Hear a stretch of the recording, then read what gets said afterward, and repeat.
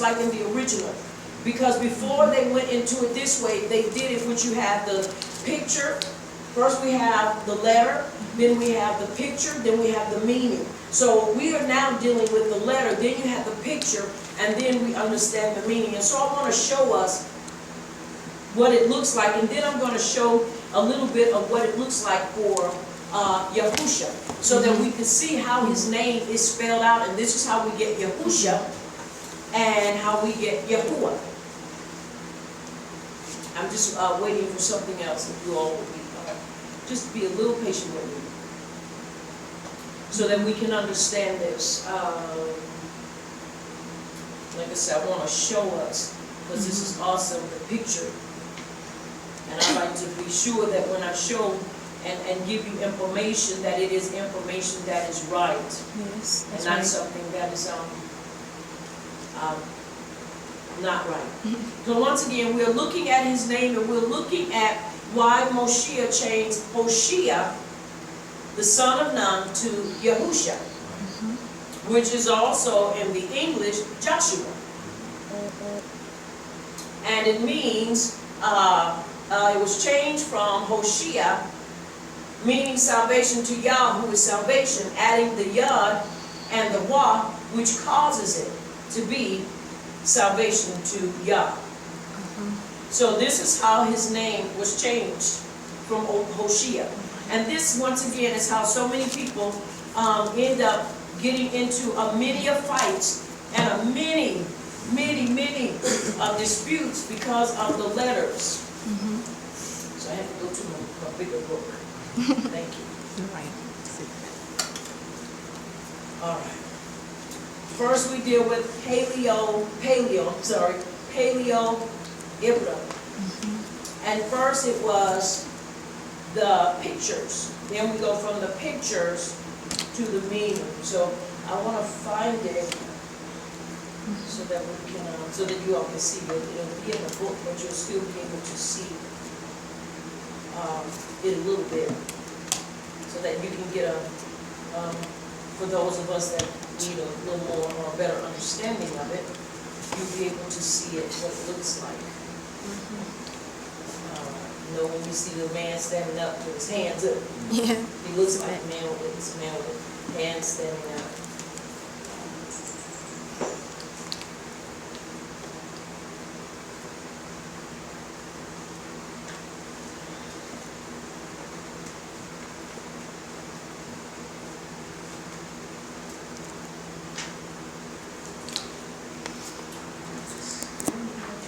For you to see it.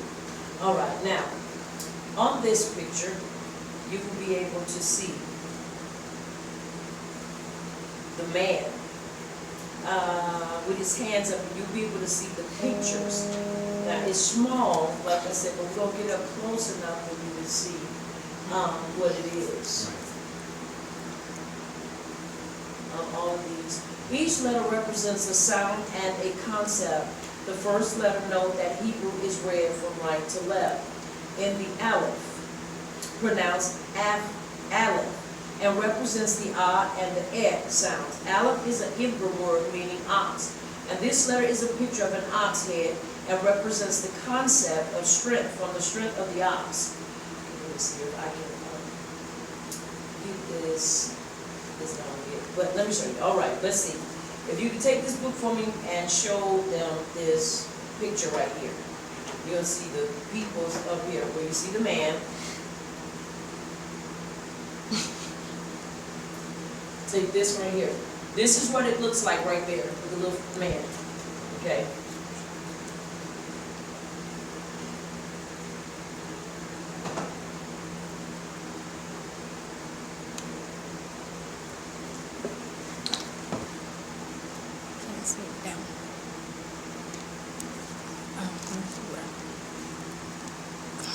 You see it?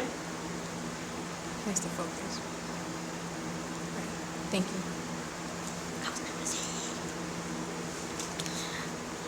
Okay.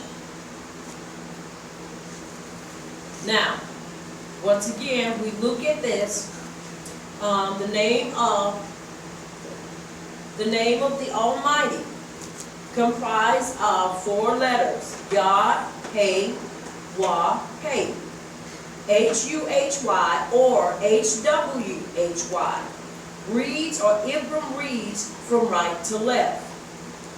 First we have the YAH, which is the 10th letter of the Ibram letter. 10th Ibram letter. Word picture a closed hand when the arm is shaped like a L with a closed fist. Word meaning of the picture to make, word or deed. Hey is the 5th Hebrew or Ibram letter. Word picture a man with his arms in the air. Word meaning of the picture behold to reveal. Okay? Yes. Now, the next one is the YAH, the 6th letter of the Ibram letter. Word picture nail or peg. Word meaning of the picture to add or to secure. Now, the 4th and the 2nd letters of the Almighty's names are the same Ibram letter, Hey. Now, I want to go to show that's his. Now, we're going to look at Yahusha. I'm just kind of going through this so we can see his name, so that we will understand that you cannot give him any other name. All right. Now, all right. The authentic ancient Ibram names of Abba and Son, confirmed by scripture and historical evidence. Now, once again, we read right to left. Almighty Abba is H-U-H-Y, Yahuwah, Y-A-H-U-A-H. Also is H-W-Y-H, or Y-A-H-U-W-A-H. Now, they have the same meaning. It is not two different or separate names. The W in Yahuwah is not emphasized when we pronounce the name correctly. Thus, Yahuwah, so when people kind of spell it with a W, it still means Yahuwah. Okay? Y-A-U-A-H and Y-A-H-U-W-A-H sounds and means exactly the same. Though many Ibram scholars agree that there is no letter W in the Ibram. All right? Hamashiach, Ashua, which is Yahusha, or Ahusha, Yahusha. A-S-H or A-S-U-H-Y. A-S-U-H-Y, which is Yahusha, which is spelled Y-A-H-U-S-H-A, which is Yahusha. So once again, when you look at the name, out of the name comes, Yahusha's name comes out of the Abba's name, which you can turn around and take the Abba's name and pull Yahusha's name out of it, and you can turn around and see Yahusha's name and see that the Abba's name is in his name. So it's important that we understand that. And the reason I wanted to say that once again is you see where it deals with the W-A-W, W-A-W, or the U-A-U, which makes the U sound, the U sound. So it's important that when you're translating or transliteration is pronouncing a name or word the same. All right, let me read this. Important notice. Names are never translated, but transliterated.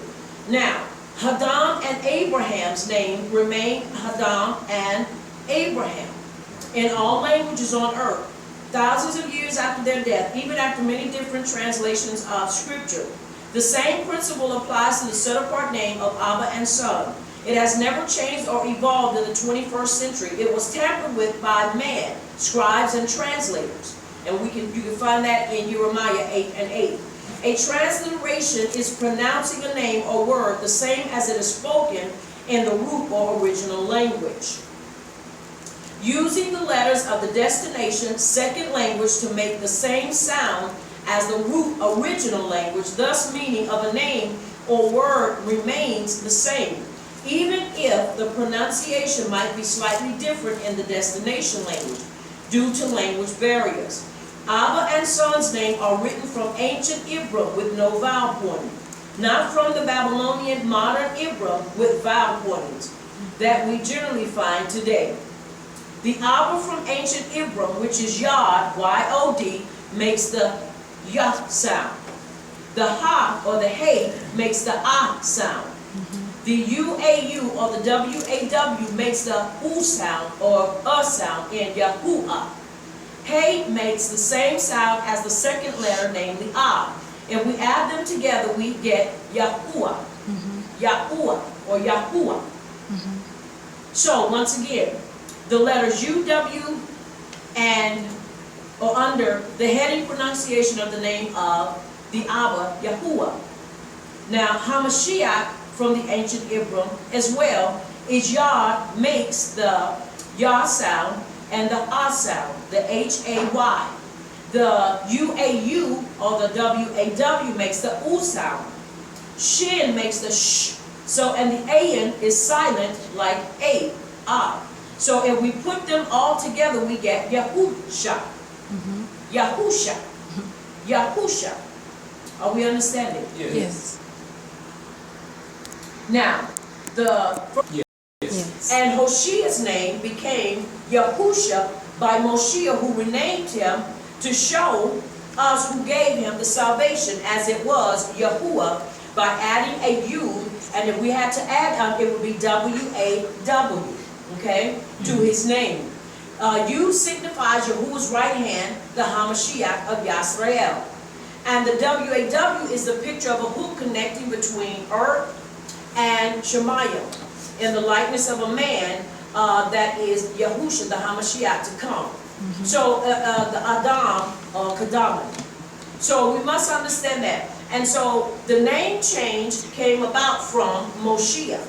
And so Hoshea's meaning salvation to Yah, Hosea meaning salvation to Yah, who is salvation, adding the U and the W-A-W.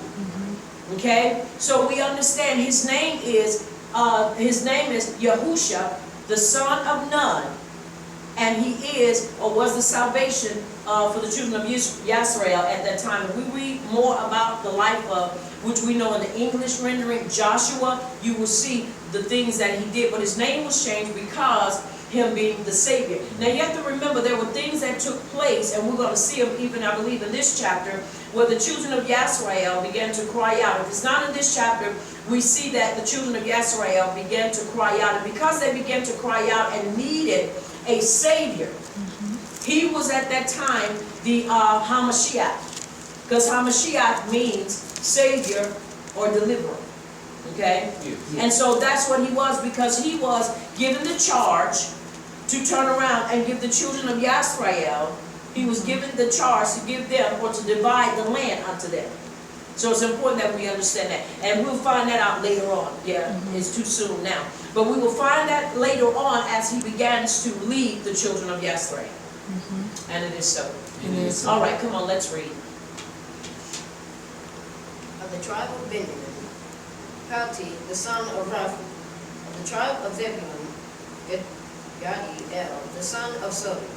Of the tribe of Joseph, namely, of the tribe of Manasseh, Gadi, the son of Subi.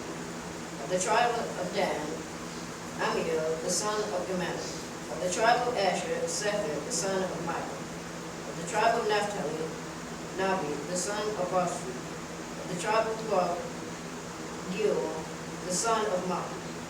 These are the names of the men which Moshe sent to spy out the land. And Moshe called Oshea, the son of Nun, Yahusha.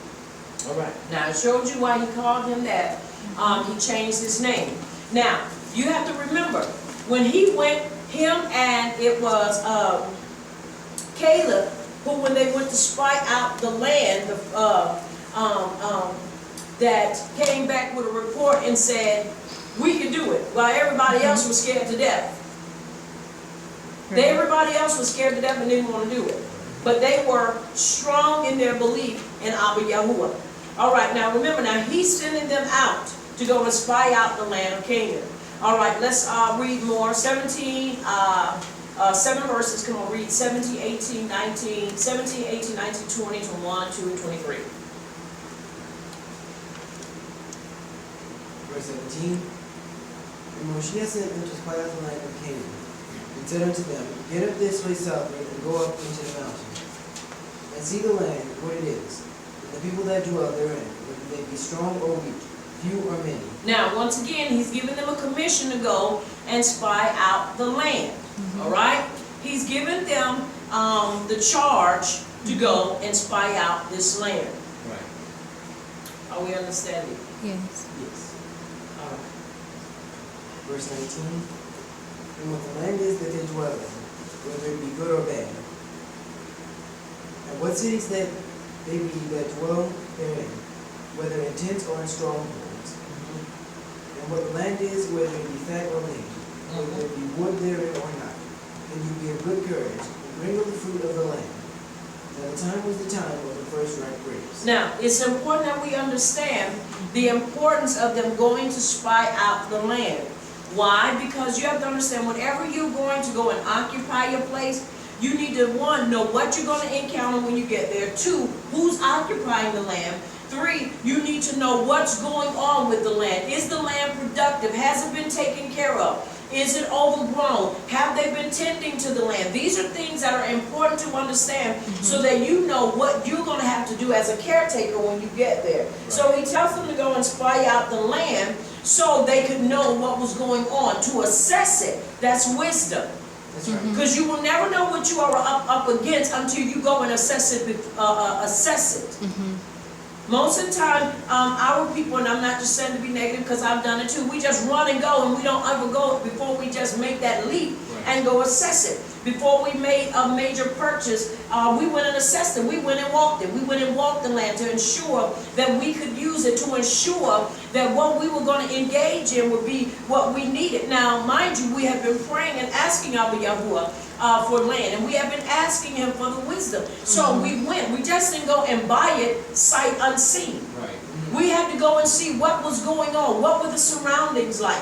What would the land look like? And so it's important that we understand. Why? Because when you're getting ready to take possession of something, you need to know what you're getting ready to take possession of, and what, if at all, there's going to be a battle.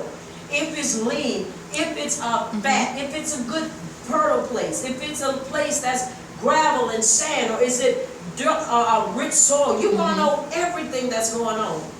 One thing I noticed, we have no squirrels. Nah.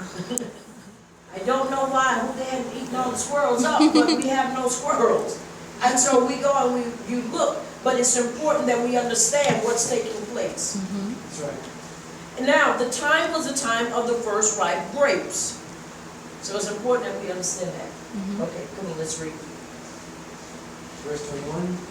So they went up and searched the land from the desert of Zin unto Laban, as men came to Hamath. And they ascended by the south and came unto Hebron, where Ahiman, Sheshai, and Talmai, the children of Anak, were. Now Hebron was built 7 years before Zoan in Mitzrayim. And they came unto the brook of Eshcol, and cut down from there a branch with one cluster of grapes, and they buried between two upon a staff. And they brought of the pomegranates and of the figs. All right. Now, the grapes were very large size. Now, the one thing that I heard someone say years ago, and I tend to agree with this, is that when they went, now look what they had to do, and they had come into the brook of Eshcol and cut down from there a branch with one cluster of grapes. Now, do grapes grow on branches or do they grow on vines? They grow on vines. They grow on vines. Now you have to understand what's going on. Because we have honestly experienced this, it's important that we understand. Grapes grow on vines. They don't grow on branches. The only way they will be on a branch is that the vine of the grape. Because if you notice, if you ever pass by a wine orchard, they have the things out there for the vines to wrap around and grow up. So they come out and they hang in clusters. It meant that they took that tree and began to wrap, the vine began to grow up the tree and began to get on the branches and use the tree as a source to stabilize its growth. And when it got to that place, it began to grow and grow and grow. Watch this. Without being cultivated. Without being, without being cultivated. Without any type of pruning. And so you have to understand, yes, we're talking about, they had giants in that place because, let's see,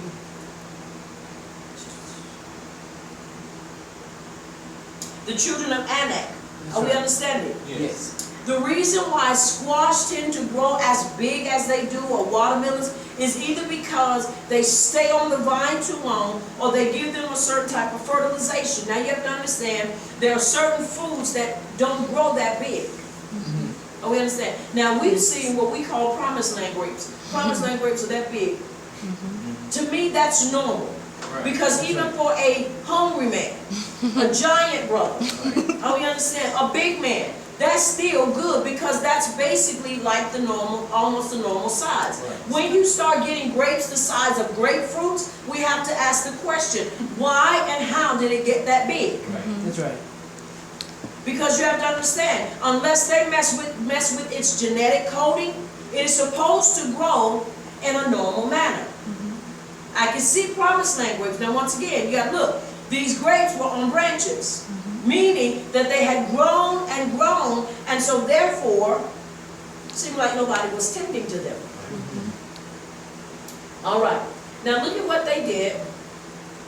And it says, and they buried between two upon a staff, and they brought of the pomegranates and of the figs. Now it doesn't say how big they were. It just talks about the grapes. Right. That's right. All right, come on, let's read.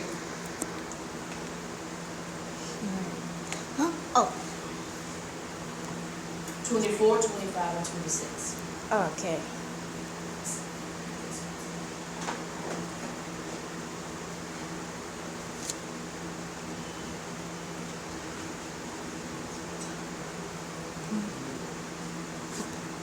You have it?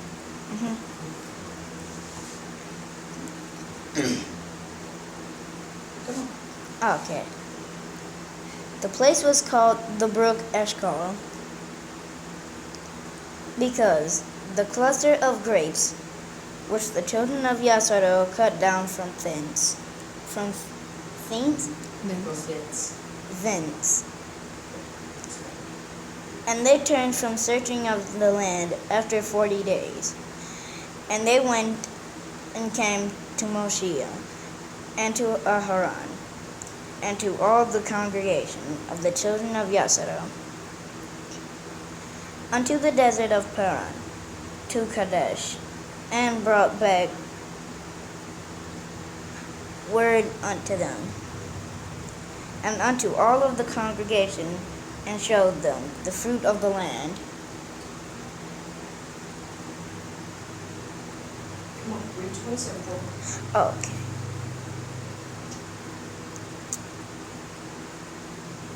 Come on. Okay. Verse 27. Okay.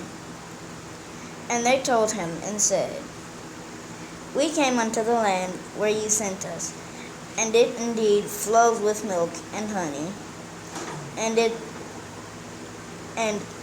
this is the fruit of it. And it is so. And it Now, is- once again, let's look what they call, the place was called the Brook of Eshcol, because of the cluster of grapes which the children of Yasrael cut down from thence. Now you gotta remember, cut down. This had grown. It had grew up and basically, I believe because it had not been tended to. Verse 25, and then another scenario is that this is the time of the ripening of the grapes. So if it's the time of the ripening of the grapes, and those that occupied the land looked like they would have been more careful or cautious of their stuff. Are we understanding? Yes. All right, verse 25. And they returned from searching of the land after 40 days. And they went and came to Moshiach, and to Haran, and to all the congregation of the children of Yasrael, unto the desert of Paran, to Kadesh, and brought back word unto them, and unto all the congregation, and showed them the fruit of the land. Not the fruit of the people, but the fruit of the land. You have to understand, it's amazing land. Land, when it is not cultivated, you have trees that are so big. Why? Because they were not pruned, they were left alone to grow and grow and grow. When you look at the redwood, which is in California, those trees are so big that when you stand before them, I know I do, that thing can be a little scary. Those trees sometimes are 1,015 meters or 100 meters round. In other words, the size of this room, there are tree trunks or tree bottoms the size of this room. And you're standing up there looking, and as far as you can see, it goes all the way up. Almost make you think, oh my goodness, does it touch the sky? And these are in California, and they're the red oak or redwood.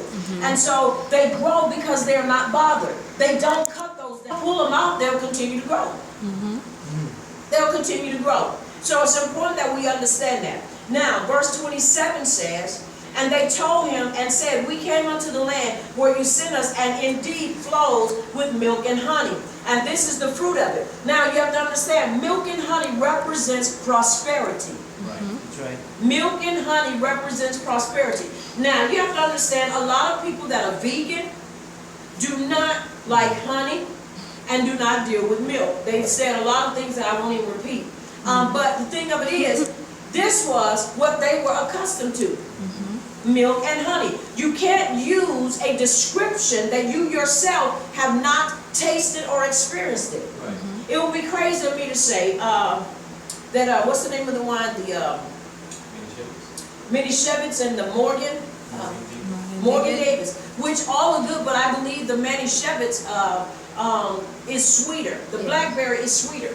Well, I couldn't tell you about that if I had not tried it for myself. That's right. I could not tell you that the blackberry wine is sweeter. I couldn't tell you that the dark grape wine is really good and sweet if I myself had not tasted it.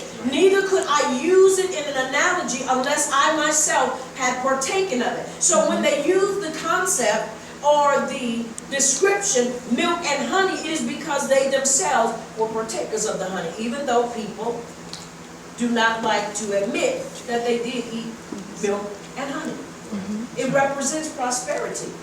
But you can't use something in a way for it to be an example of something unless you have experienced it in that manner. And it is so. And it is so. All right, come on.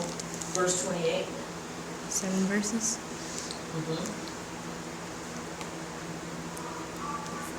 Okay.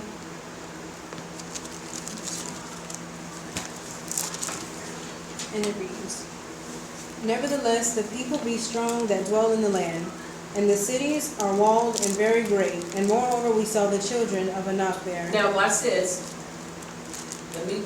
Let's look at this. The 10 of the spies brought a bad report. Now let's look at this once again.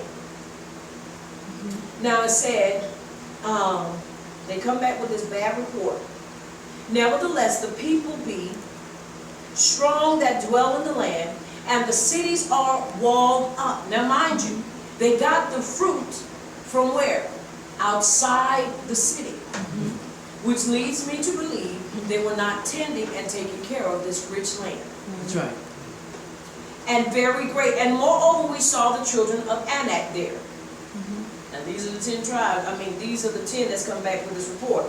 Now once again, you have to understand, they're walled up. So if you're a walled up city, that means 9 times out of 10, you really don't come out of there because you basically either have everything you need or you only go to certain places. Right. All right, come on, let's read. Verse 29 reads, the Amalekites dwell in the land of the south, and the Hittites and the Jebusites and the Amorites dwell in the mountains, and the Canaanites dwell by the sea, and by the coast of Jordan. And Caleb silenced the people before Moshe, and said, let us go up at once, and possess it, for we are well able to overcome it. Now, once again, here it is. He said, look, we can do it. You have to, I can imagine, he said, look, if we could go and pick the grapes and bring the fruit back from the land, then how come we can't get them? How come we can't? Now, you have to mind you, now, these are men of war. These are men that already understand what's taking place. That's right. Now, the people started to murmur as usual. Caleb, as his name suggests, is big-hearted for Yahuwah and wants to go up and do Yahuwah's business. Caleb, though, originally was not Yasrael, but was added as a witness to the tribe of Yehudah, and so represents full Torah compliance and no defeatist attitude, while Yahusha is from the tribe of Ephraim, who represents the second witness of Yahuwah to his return, or to his truth and consistency for both houses of Yasrael. Both will one day fight the giants, the drash for the Islamic nations against tiny Yasrael. The end-time battle, where Ephraim and the congregation, the nation of Yasrael, will join hands together and will fight the end time beast. All right? All right, come on, let's read. Verse 31 reads, But the men that went up with him said, We be not able to go up against the people, for they are stronger than we. And they brought up an evil report of the land which they had searched unto the children of Yasharel, saying, The land through which we have gone to search it is a land that devours its inhabitants. And all the people that we saw in it are men of a great stature. And there we saw the Nephilim, the sons of Anak, which came from the Nephilim, and were in our own sight as grasshoppers, and so we were in their sight. One more verse, chapter 14, verse 1. And all the congregation lifted up their voice and cried, and the people wept that night. And it is so. And it is so. And it is so. Now, when the evil angels were killed, the spirits became demonic forces, and it could be that these same ones later inhabited women, and these women again gave birth to giants. These were subdued and eradicated later by Caleb. Angels do not die as humans, but their spirits become demons. Only the bodies disintegrate. So here it is, we got some giants, and they go and they look and they say, oh no, we can't deal with these things. Let me tell you, the bigger they are, the harder they fall. That's right. I always look at that in that scenario. I remember when I was in middle school, and I know this is middle school, but when we were playing basketball and we were in the championship, and we got ready to go play, and this was the night of tournaments, and I love playing basketball. And we were in the night of tournaments. And so all night we were playing and other teams was playing, and when one team got knocked out, then we sat and waited, and then I think we were there up until 9 o'clock playing. So whatever team lost, that's the team that had to go home. Those of us that won, we stuck and stayed and got ready to go to the next round. And when we were in there, we had some girls that came in, and these girls came in, and let me tell you something. They looked like they could play basketball like the professional women, and they was big. And you know, at first we looking, and I had a little girl that was named Tammy. She was European, and Tammy was a good friend of mine. And Tammy was a guard. I was a point guard. Then we had Latanya Elias, who was the center, and she could play power forward. Then we had Annette Houston, who played power forward. And so that night we was all there, and so, you know, in our minds we're thinking, oh boy, we got a game to play. I said, no, y'all, we ain't gonna get scared by that size, because you gotta understand, at that time I might have been about 5'6", and Latanya might have been about maybe 5'6", 5'7" at that time. So we all, you know, on the court, and we're thinking, you know, these girls are going to tear us up if we don't do something. So because I was the team lead, I don't want to say team lead, but I was the team basic captain, team captain.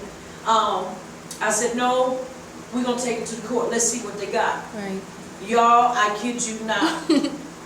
We tore them girls up. They looked like they could play, but they couldn't do nothing with us. We was passing, and you gotta understand, me and Latanya, we had that chemistry that when she was hot, I got it. When I was hot, she passed it to me. And so we just kept it going. Everybody had their places, and everybody was playing, but it was just sometimes when she was just hot, that ball she touched it, every time she got in her hand, she was sinking threes. You know, we call them threes and so forth. So we was tearing up. So I learned never ever look at something and say, oh, they're too big, we can't beat them. Right. Let me tell you something, we ran them girls over. Right. Then we sat and waited for the next group of girls. I know one year we played against another team. Now let me show you the thing with this. If you are not prepared, then yeah, you will get the socks beat off of you. Right. Because you haven't practiced. We played against some girls at the time. We were in middle school and they were in high school. And our coach do, because it's a done deal. Now, once again, when we came back and they came to us on our turf, we tore them up because we had the game then. We understood size don't mean nothing. Because if you know how to move that ball, and you ain't even got to be quick, if you know how to move that ball and get it into the right people's hands, oh man, please. You make that ball dance. You make that ball come back to your hands every time. And it is so. Yes, All sir. right, come on, let's read.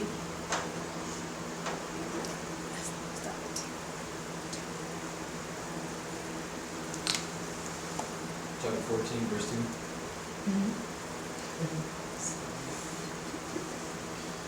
And all the children of Yisrael murmured against Moshe and against Aaron, and the whole congregation said unto them, Would Yahuwah that we had died in the land of Mizraim, or would Yahuwah we had died in the desert, in this desert?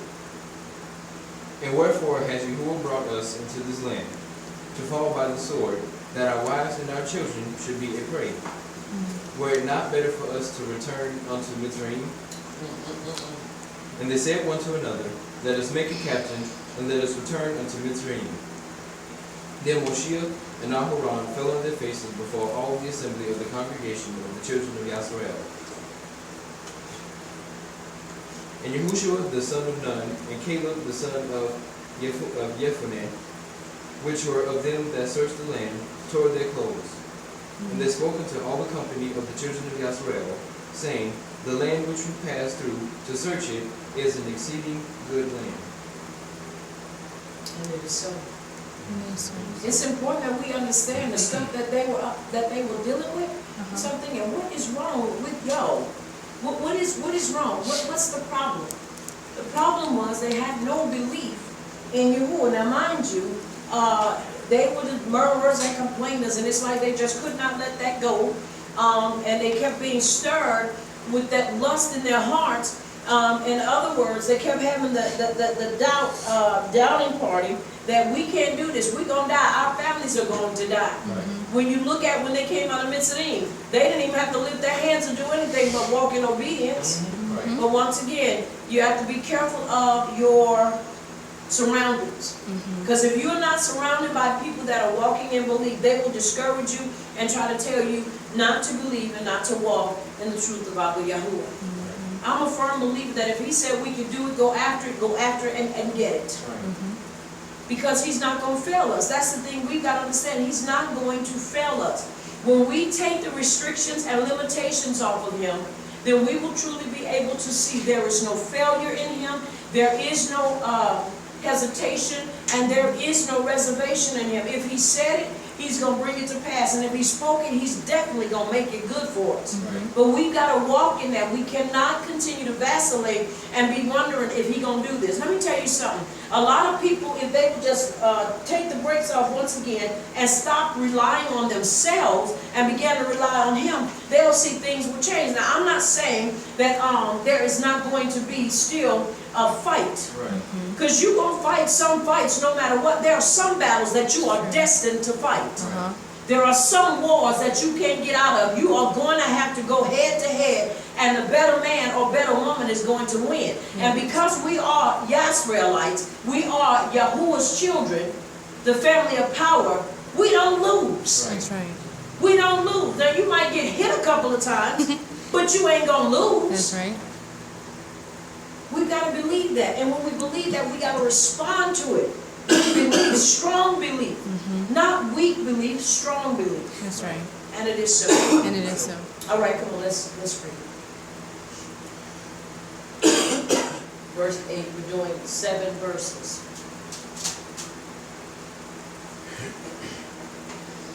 If Yahuwah delight in us, then he will bring us into this land and give it us, a land which flows with milk and honey. Do not rebel against Yahuwah, either fear the people of the land, for they are food for us. Excuse me. Their defense is departed from them, and Yahuwah is with us. Do not be fearful of them. But all the congregation threatened to stone them with stones. And the glory of Yahuwah appeared in the tabernacle of the congregation before all the children of Yisrael. And Yahuwah said unto Moshe, How long will this people provoke me? And how long will it be that they will believe me for all the signs which I have performed among them? I will smite them with the pestilence and disinherit them, and will make of you a greater nation and mightier than they. And Moshe said unto Yahuwah, Then the Mitzrayim shall hear it, when you brought up this people in your might from among them. And it is so. And it is so. Now look, once again, for they are food. He said, do not rebel against Yahuwah, neither fear the people of the land, for they are food for us. Their defense is departed from them, and Yahuwah is with us. Do not be fearful of them. Once again, he's telling y'all what you're afraid of. Right. You Right. think Yahuwah would tell us to go on a mission that we can't win? I don't believe so. I know better. That's right. Now, the expression of the Hebrew word lakim can be food, meat, or grains to mean they will easily defeat the people of the land. They wouldn't have had no issue if they just would have gone in and did what they had to do. I was thinking about something that Antoine had told me, my husband had told me. He said they had encountered this young man, I believe it was a young man, who was a boxer. And he said that he's seen bigger dudes get in the ring, and he said they have no stamina, they have basically no endurance. So they get in there and they get burnt out and they get beat because they don't know what to do. You start looking and you said, first of all, we just going by what they look like. Right. We don't even know what they're capable of doing. And even if they are capable of doing something, they can't do it to us. Why? Because we've been already given the victory. Like I say, you have to understand, there are some battles you fight that you're going to get hit, but it doesn't mean it's going to kill you. Right. There are some wars you're going to fight, and you may come out with an injury, but it ain't going to kill you. That's right. You got to understand these things. Now, once again, we can't be like them and get scared and say, I can't do this. But all the congregation threatened to stone them with stones. Now, isn't it amazing that you're going to raise up to try to kill me because I'm telling you what you're capable of doing? Let me tell you something. People's attitudes have not changed from that even up to today. No. They may not physically stone you with a rock, but they'll sure try to tear you up with their words. Yes, that's right. You trying to make me do this? I am not going to do that because I don't see it possible. So they'll go, and before they do what is right, they will try to destroy you with their words. They were going to try to stone them. And the esteem of Yahuwah appeared in the tabernacle of the congregation before all the children of Yisrael. And Yahuwah said unto Moshe, how long will this people provoke me? Now you have to understand, that stirred Yahuwah from his resting place. He had to get up because they were getting ready to start a civil war. Basically, they was about to murder them. They was about to kill them. I don't think they would kill them without a fight, but they were about to try to block their worlds. Now it says now that they believe me. And how long will it be that they believe me for all the signs which I have performed among them? You start thinking, what is it? What is the problem? What is the problem? Once again, the problem was they did not want to obey. Yahuwah is so patient with the people, but the people are stubborn. They're stubborn. They don't want to do this. Even now, when you look at the different people that know truth, but yet continue to say, I just can't do it. You know, because why? They're afraid I'm going to lose mom and them, I'm going to lose brother and them, I'm going to lose pop and them, I'm going to lose everybody. You start thinking, sweetheart, it's better to be oust with them and to be in with Yahuwah than to be in with them and oust with Yahuwah. Right. See, because you have to understand, Yahuwah can turn around and change their hearts and minds and bring them in. Yes, But watch this. You get out there and they die and you die, guess what? You just dead. Because we must understand who is most important to us and what is most important to us. He said, I will smite them with the pestilence and disinherit them, and will make of you a greater nation and mightier than they. And Moshe said unto Yahuwah, now mind you, someone said in the scripture, asked the question, who counsels Abba Yahuwah? Now let's look at this.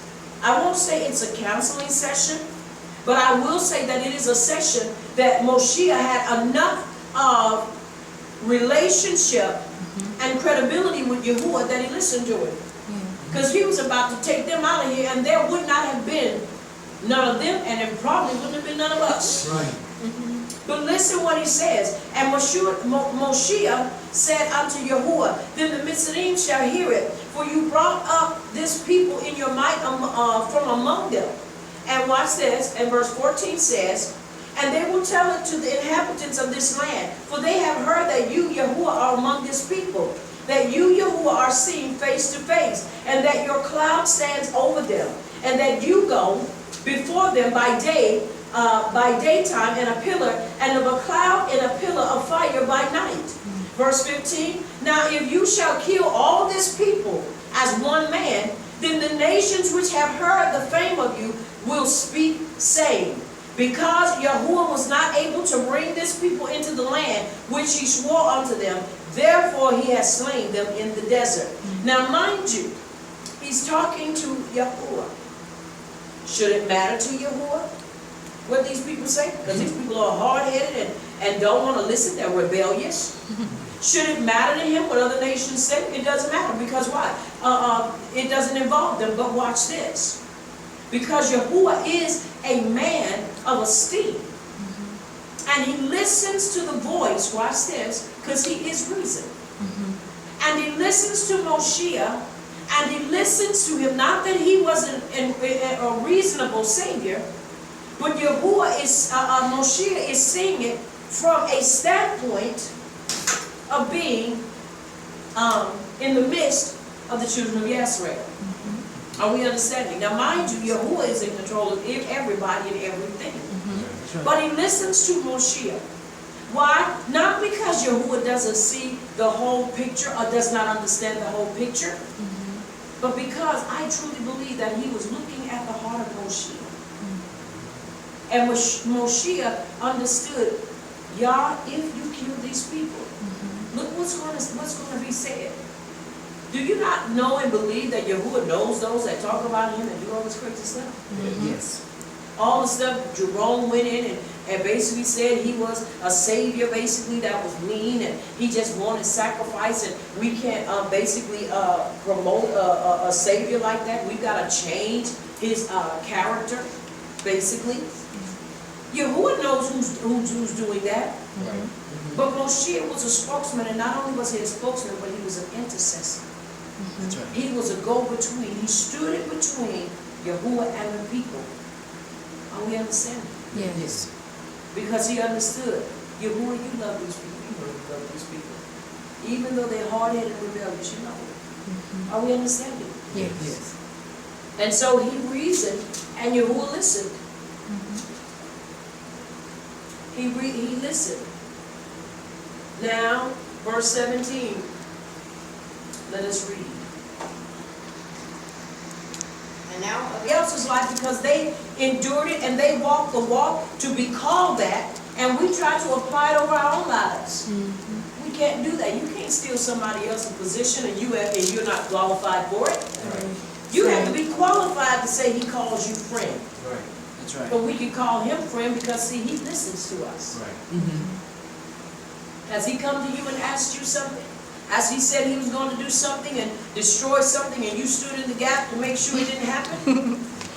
Well then, he's my friend, but he hasn't given me that. But he has given me the responsibility to declare truth to you.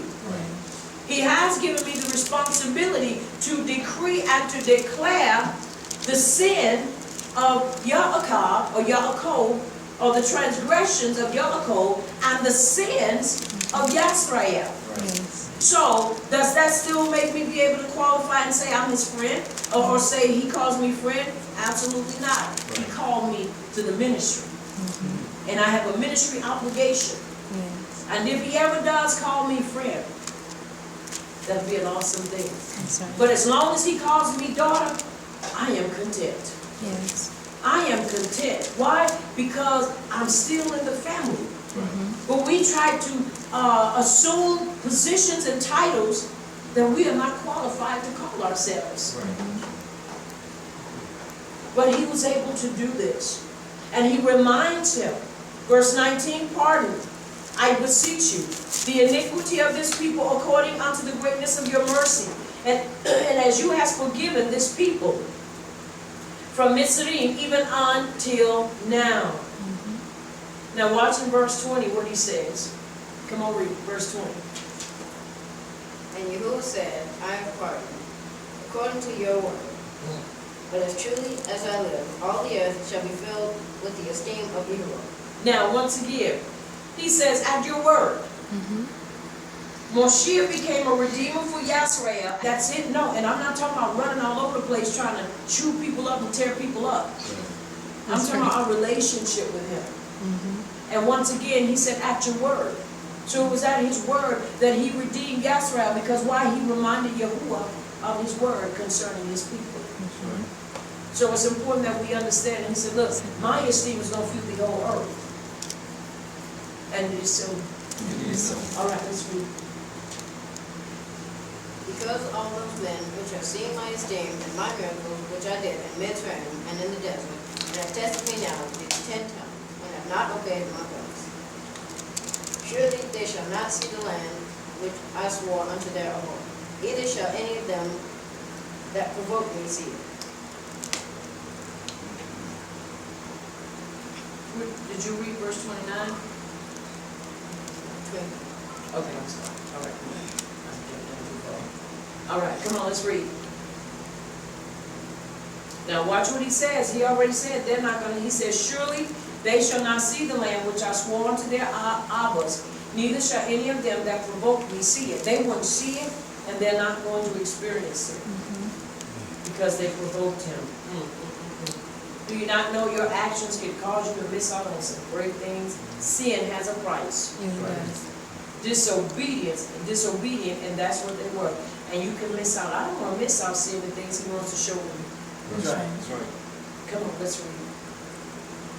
Verse 24, but my servant Caleb, because he had another ruach with him, and has followed me completely, I will bring him into the land into which he went, and his descendants shall possess it. Now the Amalekites and the Canaanites dwelt in the valley. Tomorrow turn around and turn towards the desert by the way of the Sea of Reeds. And Yahuwah spoke unto Moshe and unto Aharon, saying, how long shall I bear with this evil congregation, which murmurs against me? I have heard the murmurings of the children of Yisrael, which they murmur against me. Say unto them, as truly as I live, says Yahuwah, as you have spoken in my ears, so will I do to you.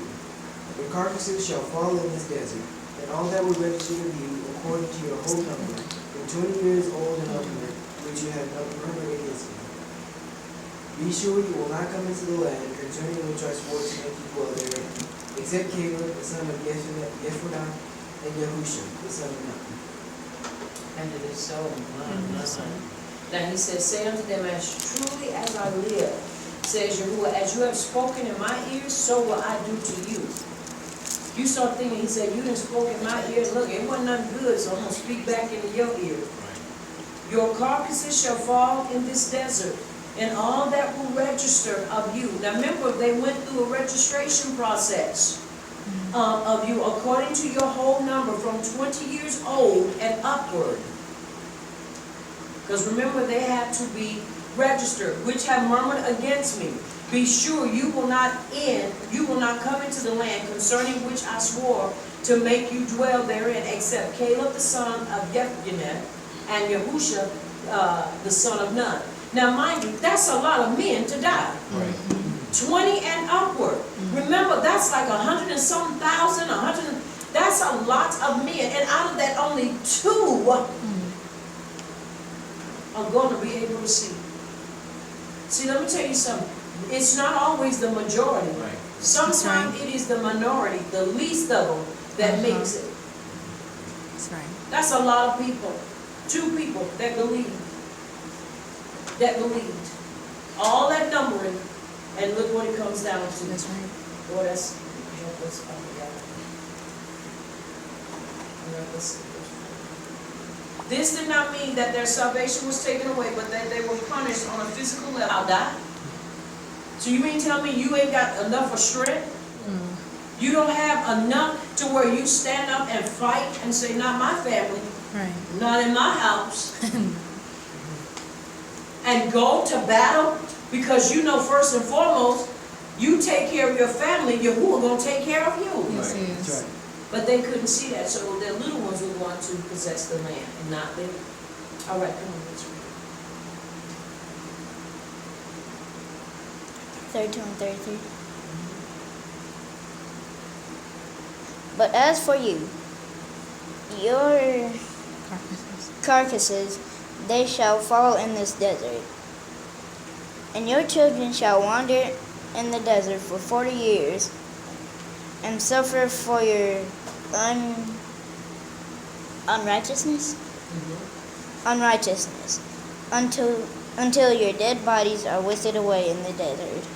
And your children shall wander in the desert 40 years, and suffer your unrighteousness until your dead bodies are wasted away in the desert. They went there 40 years, so if their children were like 1 and 2, that meant they were 40 years old, they had to walk in the desert. You walking and you camping and walking and camping, so thinking, boy, we done been here. Now mind you, they children. So by the time they get some age, they still trying to figure out, what are we doing? Because that's all they're doing. We don't want to do that. I don't know about you, but I don't want to pass the same mountain. That's right. That's right. I don't want to do that. I'm not going to do that. I am not going to go around 40 years in the same situation because of disobedience. That's right. That's right. I'm not doing that. He said be obedient, and I'm going to be obedient. I'm not going to be disobedient. No. Because being disobedient, you will never be. After the number of days in which you search the land, 40 days they searched that land. And out of 40 days, they could not find no way that they could see to defeat them people based upon the word of Yahuwah. So he said for every day, he's going to count it a year. Boy. And he says, and in the land, even 40 days, each day for a year shall you bear your iniquity. Even 40 years, and you shall know what enmity means with me. So they understood what enmity meant. All right. 7 verses.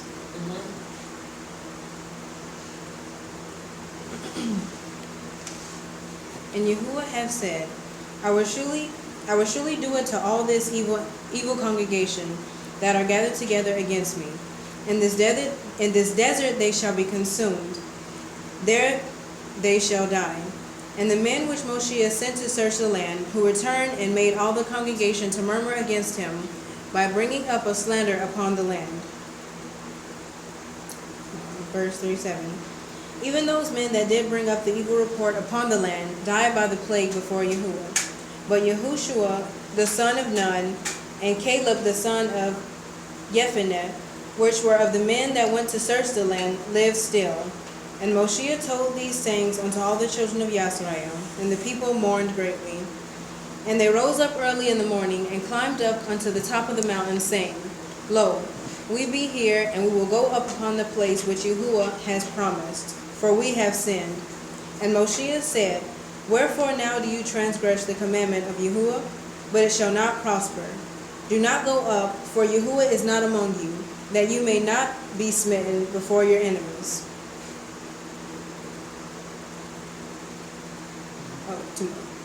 For the Amalekites and the Canaanites are there before you, and you shall fall by the sword, because you have turned away from Yahuwah. Therefore Yahuwah will not be with you. Verse 44.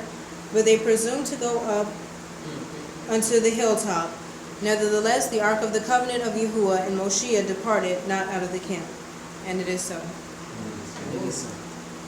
Now, see, this is where, that's rebellion. That is rebellion. That's right. Because after they were told to go and do it, they said, no, we're not going to do it. Now when they're told, don't do it, now they're ready to go. They got this strength and they just got this zeal. We're going to go do it.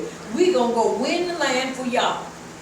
And Moshe and the Torah didn't move. That should have been a symbol there. Do not move. Because if that which brings us victory does not move, then don't you move.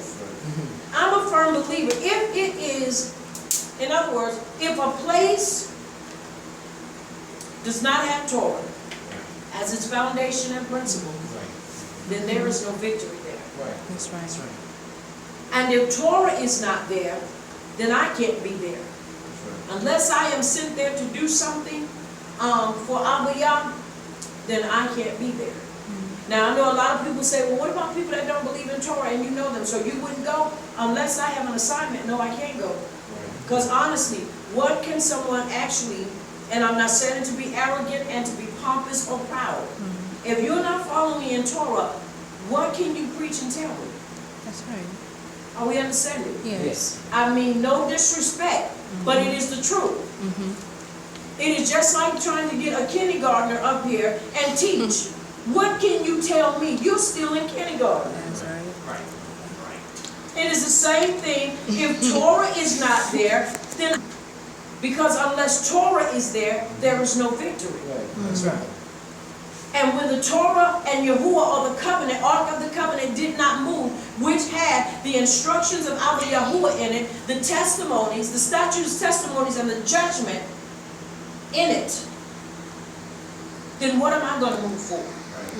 When they, now you know you ain't going to be sneaking, I mean you're going to be creeping, but at the same time, you got to be able to look and get up close and personal to see what they do and what they don't. I believe Yahuwah had them in a sense cloaked, where nobody even noticed them or paid any attention to them. Because watch this, they saw that they were in a walled city. Most of the time when you're in a walled city, you're going to have what? Watchmen. Right. People watching and guarding the city. But I believe that it was so, that they were gray men. They mixed in, they blended. Well, they wouldn't even notice, and it wasn't even a thing. Why? Because Yahuwah had them in that safe place, in that place of security. Now, mind you, when they went, what did they do? They attacked them. Why? Because the safety of Yahuwah was no longer on their lives. And they got toe off the bone. This is why we should never move unless we are 100% sure that the safety and the covering of our Yahuwah is upon our lives. That's right. We would win more battles and more fights if we just took that attitude to move when he tells us to move. And move only then, and not because we feel like, well, I done messed up, so if I try to make up for what I did, everything will be all right. You cannot make up when he has said, don't move. In other words, if he has said, scrap it and leave it alone, you do. But when you go trying to basically redeem yourself in your own strength and in your own manner, it's not going to work. It doesn't work. So it's important that we understand that.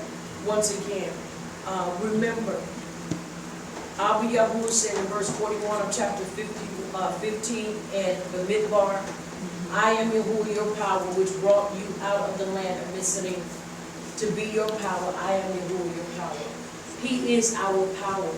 And let me tell you something, there is no battle, no fight, no war, no confrontation that we will ever lose if we allow him to be who he said he is to us and walk in complete and total obedience to his instructions for our lives. To many it may seem like, well, look like y'all are vacillating because if you had belief in him, then you would step out and believe. No, I step out in obedience. And until he tells me to move, I don't move. We all over the place doing everything. There's some things that you need to be still. Yes, be still. Before you do. Because we're trying to do everything and anything. And some stuff people are doing without his permission. But I truly do thank him for what he's doing and what he's done. I want to say we told out him for what he's doing, what he's done, what he's yet going to do in our lives. And this is our pre-Sabbath class. Come on, put your hands together.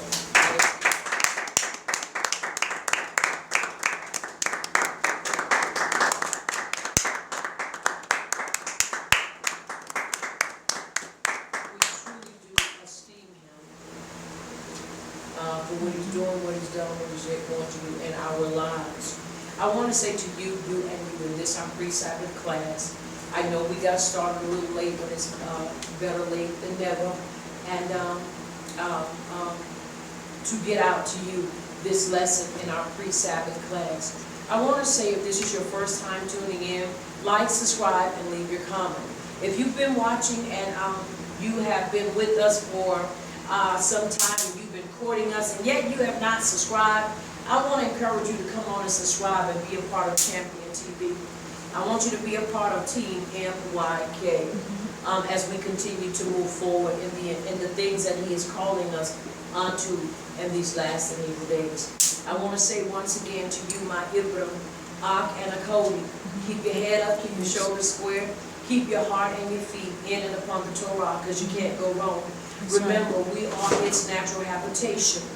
It desires and seeks to inhabit and tabernacle in our lives. It's important that we understand that. It's important that we strive to keep it before us at all times. Never letting it depart out of our mouths. Never going a day without meditating upon it, so that we can guard to do according to all that is written in it. That's right. So that we make our way prosperous. And this is a good example of how not to be. They were not prosperous because of disobedience, because they didn't listen. They failed to adhere and do, and it cost them their lives. So I want to say to you once again, keep your head up, keep your shoulders square, and keep your heart and your feet in and upon the Torah. I want to say once again, if this is your first time, like, subscribe, leave your comment. Also, I want to say to you, as this is our pre-Sabbath, in the morning, Yom Shabbat, Yahuwah willing, we will be back at 11:45, ready to go to the next round of our Sabbath class and our Sabbath rest. Once again, I am Prophetess Sabrina Brown, also Mora 777. I want you to know, here at Messengers of Yahuwah's Kingdom of Great Belief Ministries, this is the place where The Torah does the body good. Until next time, may Abba Yahuwah Baruch Atah and keep you in his shalom. Until we meet again, I want you to remember that you have been touched by Champion TV. And it is so. And it is so.